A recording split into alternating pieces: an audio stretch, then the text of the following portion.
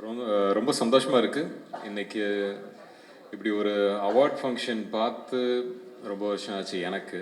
எங்கள் அப்பாவோட அவார்ட் ஃபங்க்ஷனுக்கு 1-2க்கு போயிருக்கேன். இன்றைக்கி வந்து நாங்கள் நடித்த படம் அதுக்கு அவார்டு கிடைக்குதுங்கிற போது ரொம்ப சந்தோஷமாக இருக்குது. தமிழ் சார் சொன்னீங்க 4 வருஷம் ஆனதுக்கப்புறமும் சிறை ரிலீஸ் ஆச்சு, என் படம் ரிலீஸ் ஆன மாதிரி அப்படின்னு.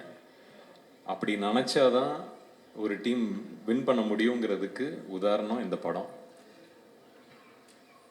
நான் மட்டும் இல்லை, இப்போ அவார்டு வந்து வாங்கினவங்க, வாங்க போகிறவங்க எல்லாருமே இது வந்து அவங்களோட சினிமான்னு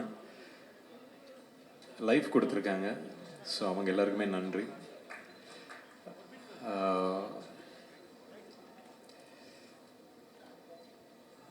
டானாக்காரனுக்கு அவார்டு கிடச்சிச்சு ஸ்டேட்லேருந்து. அது எப்படி நடந்துச்சு என்னன்னு புரியல. ஏன்னா 25th டிசம்பர் 2025 25வது படம் எப்படி சிறையாக அமைஞ்சிச்சோ, அது ஒரு வெல்விஷர் ஃபோன் பண்ணி சொல்ல போது ஓ அப்படியா அப்படின்னு சொல்லி ஏற்றுக்கிட்டு வந்தது. அதுக்கப்புறம் படம் ரிலீஸ் ஆகி நல்லா போயிட்டுருக்கு. ஸ்டேட் அவார்டுன்னு சொல்ல போது சரி, நம்மளுக்கு அன்னைக்கு எவ்வளோ உட்காந்து ஒரு அழுதுருப்போம் ஒரு டீமாக. இது வந்து ஒரு டபுள் சந்தோஷமாக வந்துருச்சுன்னு அன்றைக்கி வேண்டிக்கிட்டேன். அதான் அந்த கஷ்டத்துக்கு நான் வேண்டிக்கிட்டேன். பட் எல்லாமே அமைஞ்சிச்சு. அமைகிறதுக்கு நிறைய பேர் பொறுப்பு. அதில் அஃப்கோர்ஸ் லலித் சாரில் ஆரம்பித்து ஒரு நல்ல ப்ரொடியூசராக, இது என்னோடய 25வது படம். எனக்கு ஆக்சுவலி நியூஸ் கிடைக்க போது நான் அவருக்கு தான் ஃபஸ்ட்டு ஃபோன் பண்ணேன். சார், இது வந்து என்னோடய 25வது படம், கூச்சமாக இருக்குது உங்ககிட்ட சொல்கிறதுக்கு, ஆனால் இதை பற்றி பேசலாமா அப்படின்னு நானே கேட்டேன் அவர்கிட்ட. இல்லை சார், நீங்கள் தாராளமாக பேசுங்க அப்படின்னு. அஃப்கோர்ஸ் அவரோட பையனையும் இன்ட்ரடியூஸ் பண்ணுறாங்க. இது மேலே போயிட போதோங்கிற ஒரு பயம் தான் எனக்கு.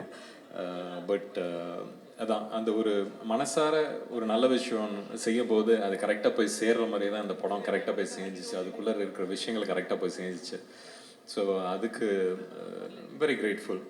அண்ட் இது இப்போ சொன்னார் அப்பாவோட பேர், தாத்தாவோட பேர். ரஜினி சார் சொன்ன மாதிரி தான் அந்த காது கேட்காத தவளை. அப்படி தான் இந்த பயணத்தை ஓட்டிக்கிட்டு இருக்கேன் நான். ஸ்கூலில் ஞாபகம் இருக்குது, ஸ்கூலில் வந்து ஒதுக்கிடுவாங்க. ஓ இவரோட பையன், இவரோட பேரன் அப்படின்னு சொல்லி ஒதுக்கி நம்மளுக்குன்னு ஒரு அடையாளமே இல்லாமல் போயிடும். அதெல்லாம் கஷ்டமாக இருக்கும். ஸோ அதனால் வந்து ஓடிடுவேன். ஏதாவது ஒரு பிளேக்கு கூப்பிட்டாங்கன்னா ஓடிடுவேன்.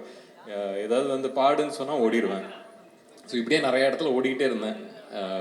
அப்படி ஓடினது தான் காலேஜுக்கு அமெரிக்காவுக்கு ஓடினேன். அங்கே போய் என்னை கண்டுபிடிச்சேன். இது சுற்றி யாரும் இவர் அவர் அப்படின்னு சொல்கிறதுக்கு யாரும் இல்லை. கண்டுபிடிச்சி அந்த இடத்துல தான் ஒரு மன அழுத்தம் அப்படின்னு சொல்கிறதுன்னா அங்கே தான் வந்துச்சு. அது எல்லாத்தையும் கிடச்சதுக்கப்புறம் திருப்பி இங்கே வந்துட்டு சரி சினிமா தான் அப்படின்னு ப்ரூவ் பண்ணி உள்ளே வந்துட்டு சரி ஆனால் டைரெக்ஷன் போகலாம் அப்படிங்கிற ஒரு பயணத்தில் மாற்றி இங்கே இடித்து அங்கே அடைச்சி ஒரு மாதிரி எப்படியே வந்தாச்சு. வந்து ஆக்டிங் தான் பண்ணோம் அப்படின்னு சொல்ல போது அப்போ டேய் இது உள்ளார வர இது எப்படி இருக்கும் தெரியும்ல அப்படின்னு. அப்பா கிட்ட சொல்லாத விஷயம் தான் இன்றைக்கி பேசிகிட்டு இருக்கேன் இது வரைக்கும். அப்போல்லாம் ஓடினேன், ஒளிஞ்சேன் அப்படின்னு. அன்றைக்கி அப்பா கிட்ட சொல்ல, ஆனால் அநேகமாக இன்றைக்கி அவங்களால வர முடியல, கோயம்புத்தூரில் இருக்காங்க. நிச்சயம் அதை பார்ப்பாங்கன்னு நம்புகிறேன். சொன்னேன், ஆமாப்பா இல்லை எனக்கு தெரியும், என்ன மாதிரி எதிர்பார்ப்பு இருக்குன்னு எனக்கு தெரியும், பார்த்துக்கிறேன் அப்படின்னு. இறங்கினேன். அவங்களுக்கே தெரியாமல் கும்கின்னு ஒரு படம் போய் சைன் பண்ணேன். அதுக்கப்புறம் அவங்களுக்கு போய் சொன்னது தான், என்னடா ரெடியா ஓகேயா அப்படின்னு கேட்டாங்க. தெரியல பார்க்கலாம் அப்படின்னு சொல்லி இறங்கினது. பட் கும்கியில் ஆரம்பித்து இன்றைக்கி சிறை வரைக்கும் வந்திருக்கேன். அந்த காது கேட்காத தவளையாட்டத்தை தான் இது இவ்வளோ தூரம் வந்திருக்கேன். திருப்பியும் முதல்ல ஆரம்பித்தோடனே பெரிய ஒரு வெற்றியாக கிடச்சிச்சு. அது அந்த கிடச்சதுக்கு அப்புறம் தான் வந்து அந்த ஒரு ப்ரெஷர் அப்படிங்கிற ஒரு விஷயமே வந்துச்சு. பட் அந்த ப்ரெஷரையும் திருப்பியும் ஒதுக்கி வச்சிடலாம். அப்படி ஒதுக்கி வச்சதில் வரிசையாக நல்ல படங்கள் வந்துச்சு, அதுக்கான வரவேற்பு வந்துச்சு, அதுக்கான ஒரு நல்ல பேச்சு வந்துச்சு. நடுவில் எங்கெங்கே மிஸ் ஆனதுக்கும் நிறைய விஷயங்கள் சொன்னாங்க, தெரியாதவங்களாம் வந்து திட்டினாங்க. அப்போ வந்து சரி நம்மளுக்கு தான் தெரியும் நம்ம என்ன பயணத்தில் இருக்கோம். இது உள்ளார சினிமாவா நீங்கள் அது மட்டும் தான் பார்க்குறீங்க. பர்சனலாக நான் எனக்கு நிறைய விஷயங்கள் போயிட்டு இருந்துச்சு. ஸோ அதனால் மேபி என்னோட நான் இப்போ திரும்பி பார்க்க போதெல்லாம் அப்பப்போ பார்ப்பேன். சரி நிறைய விஷயங்கள் நம்ம லைஃப்பில் சில விஷயங்கள் மைண்டை அப்செட் பண்ணுச்சுன்னா அது வந்து ஏதோ ஒரு இடத்துல தெரியும்னு அது சினிமாவில் தான் எனக்கு தெரிஞ்சிருக்கு. அதை வந்து நான் திருப்பியும் பிடிச்சி இழுத்து உட்கார வச்சு சரி இது என்ன பண்ணுறோம் கரெக்டாக பண்ணு அப்படின்னு சொல்லிட்டு என்ன திருப்பி தேத்திக்கிட்டு வர்றதுக்கே கொஞ்சம் டைம் ஆகிடுச்சு.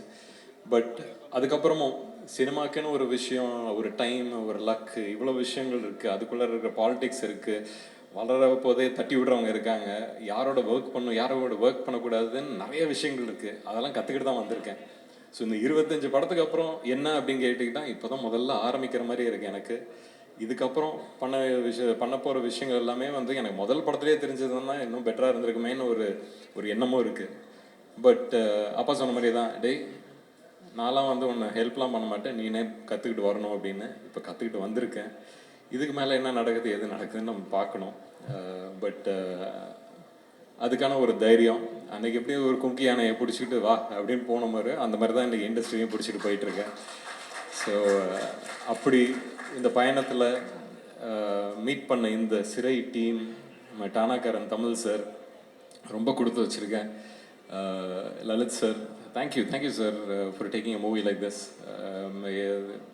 அக்ஷய் சொன்ன மாதிரி தான் தமிழ், தெலுங்கு, மலையாளம் எல்லா இண்டஸ்ட்ரியிலேருந்தும் ஃபோன் பண்ணி இந்த படத்தை பற்றி பேசுகிறாங்க. இந்த படம் ஒரு விஷயம் பண்ணுது. ஒரு படம் என்ன பண்ணணுமோ, ஒரு கதை ஒருத்தர்கிட்ட அது போய் சேரப்போது அது என்ன பண்ணணுமோ அதை பண்ணுது. அதுதான் சிறை. அந்த இம்பேக்டுக்கு தான் நம்ம வந்து இந்த சினிமாங்கிறது அந்த ஆர்ட்டை பிடிச்சிக்கிட்டு எடுக்கிறோம். தமிழ் சார் சொன்னார், நிறைய ரைட்டர்ஸ் உள்ள இடம் இங்கே தமிழகத்தில் தான். நம்மளுக்கு தான் பூர்வீகமாக லாங்குவேஜே நம்மளோடது தான். அப்போ ரைட்டர்ஸ் இங்கே தானே இருப்பாங்க. அந்த ரைட்டர்ஸ்க்கு வந்து கரெக்டான ஒரு வாய்ப்பு கிடச்சிதுன்னா நல்ல கதைகள் எடுத்துகிட்டு வர முடியும். நம்மளோட இண்டஸ்ட்ரி பற்றியும் பெருமையாக பேசலாம், பெருமைப்படலாம். ஸோ அதெல்லாம் நடக்கும்னு நம்புகிறேன் in the future. And again thanks to every single one of you. Akshay, முதல் படத்துலேயே வர ஒரு சக்ஸஸ்ங்கிறது வந்து எப்படி எடுத்துக்கணுன்னா, இப்போ இவங்களுக்குலாம் இப்போ பாகுபலி வந்துச்சு, இல்லை மகதீரா வந்துச்சுன்னு வச்சுக்கலாம். உங்களுக்கு அந்த மாதிரி ஒரு பட்டம் ஏற்கனவே உங்கள் கையில் வச்சுருக்கீங்கன்னு வச்சுங்க. அடுத்தடுத்து வர்றது 4 படம் ஆகுதோ இல்லை அடுத்த படமே ஆகுதோ அப்படிலாம் நினைக்காதீங்க. அது வரும், நடக்கும். எனக்கு என்னோட ஜேர்னியை வச்சு தான் உங்களுக்கு சொல்கிறேன், my experience. So let's keep it positive. நிறைய நெகட்டிவ் நடக்குது. ஸோ பாசிட்டிவாகவே யோசிப்போம், பாசிட்டிவாகவே பண்ணுவோம். அண்ட் எனக்கு ஒரு ஒரு சின்ன ஆசை, நம்மளோட டீம் மெம்பர்ஸ் இங்கே எல்லாருமே ஒரு 5 மினிட்ஸ் ஆனாலும் நீங்கள் எல்லாம் கொஞ்சம் ஸ்டேஜில் வந்தீங்கன்னா ஒரு பெரிய ஃபோட்டோ எடுத்துக்கலாம்னு நம்புகிறேன். ஏன்னா நான் ஃபஸ்ட் டே படம் ரிலீஸ் ஆகிற நாள் அன்னைக்கு ட்விட்டரில் போஸ்டரும் போட்டு அன்னைக்கு நம்ம ஃபங்க்ஷன் அன்னைக்கு இருந்த டீமோட ஃபோட்டோவை போட்டு இது எங்களோட டீம் கிட்டேருந்துன்னு சொன்னேன். இன்றைக்கி வெற்றி அடைஞ்சாச்சு. ஸோ அதுக்காக நீங்கள் எல்லாருமே கொஞ்சம் ஸ்டேஜில் வந்து ஒரு புகைப்படமாக எடுத்தால் அது என்னோடய ஆஃபீஸில் நான் வச்சுப்பேன். ஸோ கொஞ்சம் எல்லாம் நம்ம சிறை டீம் எல்லாருமே கொஞ்சம் மேலே வாங்க, எல்லோரும் வாங்க. வர்ஷினி, ஆக்டர்ஸ் எல்லாருமே நீங்கள் டீம்னு நினச்சிங்கன்னா மேலே வாங்க. நான் சொல்லணும் தேவையில்லை, வாங்க. லலித் சார்.